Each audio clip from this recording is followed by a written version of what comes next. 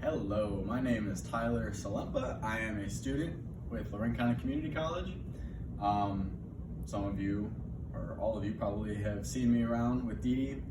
I'm in for occupational therapy assistant program, and I've been here for 8 weeks already, believe it or not. And I'm coming towards the end of my rotation, and so this is the in-service I put together. There were different options such as literature reviews. I wanted to do something that was a little more engaging with clients and create something, so I made a little game. So I'm sure many of you know Jenga. Well, I modified it so it could be done with outpatients. So what I'm gonna do is go through the PowerPoint, and then we'll do a little demonstration for you. So, leisure activity. So games can be considered leisure. And this is the meaning of leisure. So to one person, a leisure activity may be woodworking, while another person may be working on a puzzle. I know for me, a leisure activity is going and doing exercise, playing basketball with friends, playing video games. So a lot of people have different interpretations or meanings of leisure. The most common theme is that a leisure activity for an individual will ultimately benefit his or her physical and mental health. So that is the goal. So just a little picture of different activities that people are doing to sort of just relax or have their own time. So modified Jenga, like I mentioned, is the little game that I came up with for my in-service. What the client may perceive this as is a game that's just helping them use their hands. But I found that in working with patients here and other clients elsewhere, that it's important to explain why and the purpose of the exercises you're doing. So from the OT's perspective, this game does in fact serve as a leisure activity, but it also focuses on other aspects. Fine and gross motor movement, coordination, pinch strength, follow through and sequencing of steps, and these are all skills that are needed for ADLs and IADLs, and compliance of home exercise programs as well. So as I've learned though, not everybody enjoys playing games. I can think of someone right off the top of my head. I went through a couple treatment sessions and played different games with them to help recognize his left side, and come to find out he hates games. So I thought, all right, some people may also possess conditions that hinder their ability to participate as well. Someone might be more spastic and not be able to grasp the blocks, or someone might just defer to using their dominant side rather than their affected side or their good side. So how can we adapt this to allow a larger population of people to be able to participate is what I try to focus on. So the rules of this game, most of the wooden blocks, they'll have numbers on them. So a number, and the number on whatever block the client draws or picks will determine what they do for that turn. So it's not just a game, but then the numbers that they have will determine the activity they have to do before their turn is complete. So a client can either stack blocks onto the existing pile, just like the regular version of Jenga, or they can create their new pile, or just put the blocks back in the box, whatever's easiest for them. If the client picks or draws a block that doesn't have a number, they will not need to do anything following that initial step. So if the block does have a number on it, the client will need to refer to the rule sheet to see the next step.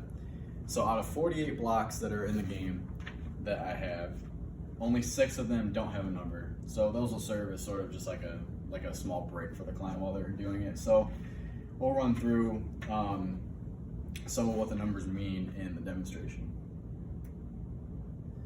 So like I said earlier, what population does this address? I wanted to create a modified version of the game that could be used with clients that I've observed with my time here. So this goes for stroke survivors that have developed conditions as a result limiting their ability to function, maybe have poor spatial awareness, left-sided neglect, poor coordination, winging in the scapula, making it harder to move their arm and gross motor movements. And as previously stated, the changes I made are aimed to allow a greater population to participate, not just people with higher functioning movements. So an example of this is that it would be harder for someone with intention tremors to be able to pick out the block without knocking the entire tower over. So therefore, it's a rule in the sheet here, a little rule sheet, that the therapist, if the therapist deems it necessary, the client can point or tell the therapist which block they would like to have picked out from the tower, and then they can read the number, go to the rule sheet, and then pick up their turn at the next step. So another big focus addressing this in service is mental health. I know mental health has been a big emphasis here, and it's been growing. The roots of OT are actually in mental health. So veterans that return from the war that suffer from shell shock, mental health was huge for them, and OT came into play to help them be able to function better in society. So the way they did this was utilizing arts and crafts, or in other words, leisure activities, to keep the damaged minds of the soldiers sort of distracted and able to function better.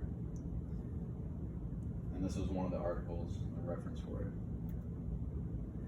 So now OT generally focuses more on self-care and productivity rather than mental health in an equal capacity in some settings. While self-care and work obviously important, mental health is still something that should be valued of something with equal importance. And considering the limitations of a person that they have to confront when they are in a poor state of mental health, it's hard for them to do much else if they're, struggling internally with different things on their mind. I know for me, Dee knows, I've had days where I'd come in and I just have a lot going on in my head and I'll be distracted, and just simple things just become a lot more difficult. So people who have suffered from something that hinders their function can be susceptible to negative thoughts. The goal is to increase satisfaction of their outcome that they happen to have when they do this activity, resulting in a positive mindset and a bigger motivation or desire to function, and avoid the why me train of thought that can definitely occur after having a stroke.